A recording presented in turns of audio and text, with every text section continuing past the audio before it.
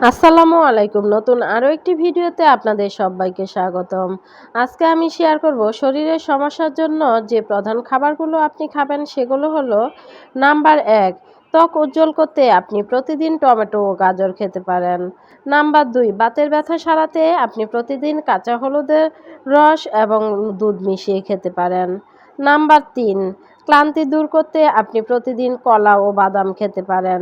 Number ৪, হাড় মজবুত করতে প্রতিদিন দুধ ও দই খেতে পারেন।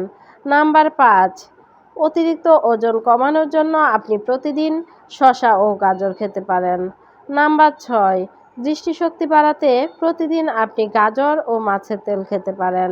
নাম্বার ৭, হৃদরোগ প্রতিরোধে আপনি অলিভ অয়েল খেতে পারেন।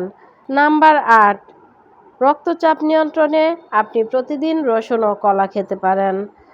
নাম্বার ৯, সর্দি কাশি কমাতে আপনি প্রতিদিন মধু ও আদার রস খেতে পারেন।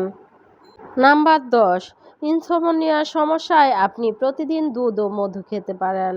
নাম্বার ১১, আপনার মাইগ্রেন সমস্যায় আদা ও তুলসী পাতা খেতে পারেন।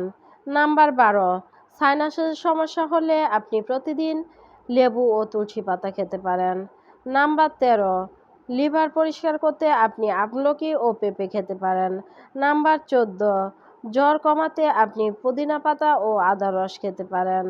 নাম্বার ১৫, স্ট্রেস কমাতে আপনি প্রতিদিন গ্রিন টি, চকলেট ও পর্যাপ্ত পরিমাণে পানি খেতে পারেন। নাম্বার ১৬, ডায়াবেটিস কমাতে আপনি প্রতিদিন মেথি ও দারুচিনি খেতে পারেন। ভিডিওটি ভালো লাগলে শেয়ার করতে পারেন। এতক্ষণ সাথে থাকার জন্য অসংখ্য ধন্যবাদ। সবাই ভালো থাকবেন, সুস্থ থাকবেন। আজ এ পর্যন্তই। আল্লাহ হাফেজ।